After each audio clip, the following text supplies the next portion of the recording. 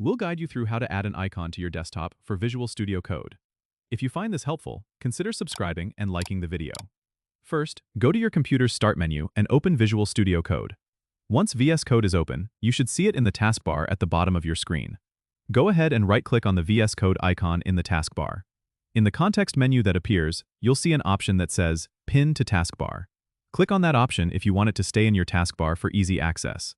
But to add an icon directly on your desktop, you need to find the installation folder for VS Code.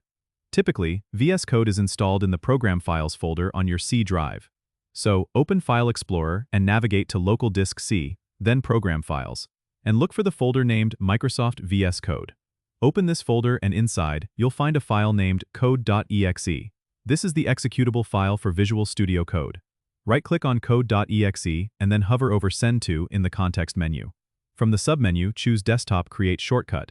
This will create a shortcut on your desktop with the VS Code icon. Now, whenever you want to open Visual Studio Code, you can simply double-click this desktop icon.